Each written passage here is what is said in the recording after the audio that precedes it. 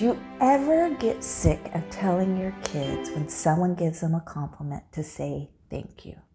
You know, like your kids like, so we'll go, oh, that's cute. That's a cute mask, or those are cute. And they just look at them and you're like, say thank you, right? We're telling our kids to do that all the time. Well, today I came in contact with two amazing people. And I told them both how amazing they were. And they, again, both of them said, oh, I'm not amazing, you're amazing. And I've been trying, it was pointed out to me by my therapist that she says, I don't know what it is about, religious people that they think humility is putting themselves down. And maybe it's just the one she comes in contact with, but she says that is not humility. You putting yourself down and not acknowledging what you're doing is not humility. And so I looked it up. I looked up today, because I was thinking, these people know they are great. And we tell our kids to say thank you, but why is it that we do that? That we say, oh, no, I'm not, like someone plays amusing music and you're like, that was so amusing. That was amazing. That was just great. No, it wasn't that good. How does that make you feel? Like I tell my kids, if you don't say thank you, you're saying, oh, what do you know? You don't know great music. That wasn't that great, right? So it's just, how do you take a compliment? It's not humility. Like technically it's not humility when you put yourself down. So I looked up the definition and they said humility is freedom from pride or arrogance. Okay? So freedom from pride or arrogance. And when you think of what pride is, so it's freedom from pride. Pride, like as C.S. Lewis, and I loved his definition of pride. He says pride gets no pleasure out of having something, only out of having more than the next man. So, and then Ezra Taft Benson, he said that pride is measuring yourself against others. And so you think about those definition of prides and you go back to humility. So it's freedom from pride. And when someone says to you, that was amazing, when you say, no, like that wasn't even that good. I usually do better. Is that freedom from pride? You're comparing yourself to yourself.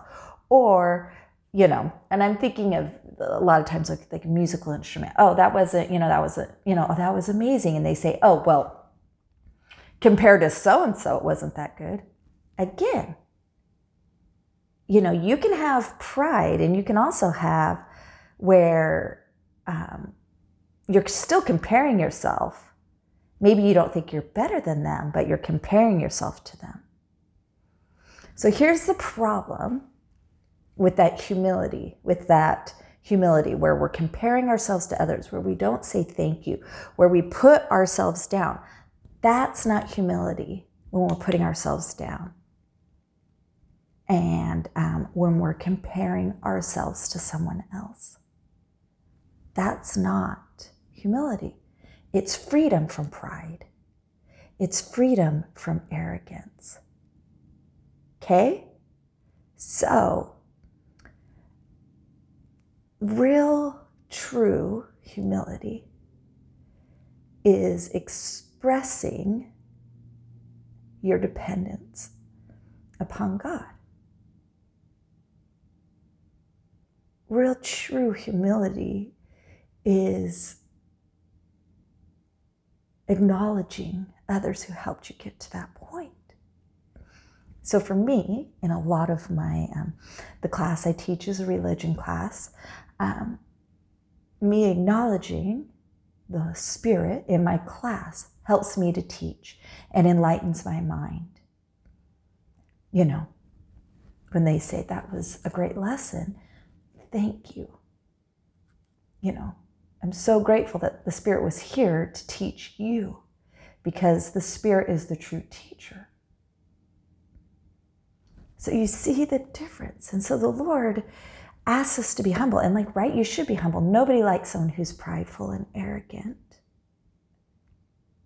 But when we put ourselves down, and this was the problem I had, we don't really grow that much when we put ourselves down. But the most important thing is when we put ourselves down and we don't think we're that great, especially when we're comparing ourselves to someone else who could be amazing. But humility is not comparing ourselves to someone else. When we put ourselves down and we do that constantly, and we're beating up on ourselves, and I'm not as good as this person, I'm not as good as that person, I can't do this, I can do that, but I can't do it as great as this person. When we do that in our mind, you don't realize it, but then you would think,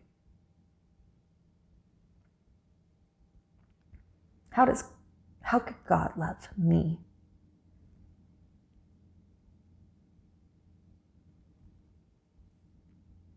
When you're constantly putting yourself down and you don't realize it, you think you're being humble, you think, how could he love me?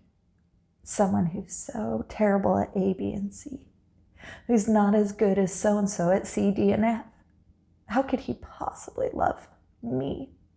How could he possibly die for me? Does that make sense? So to both those people who said that, oh no, you're amazing, I said, thank you. But so are you. And you need to know that God loves you and he thinks you're doing a great job.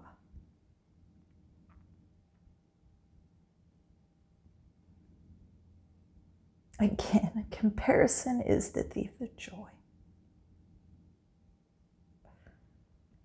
And humility is acknowledging that I can't do it without God's help.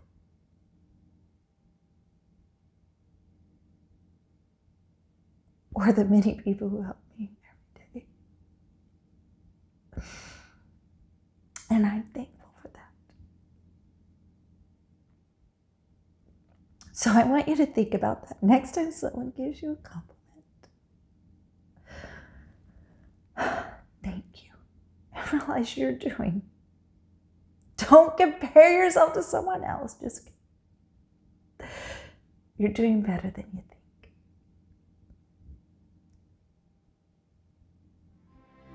Thank you so much. Have a wonderful, wonderful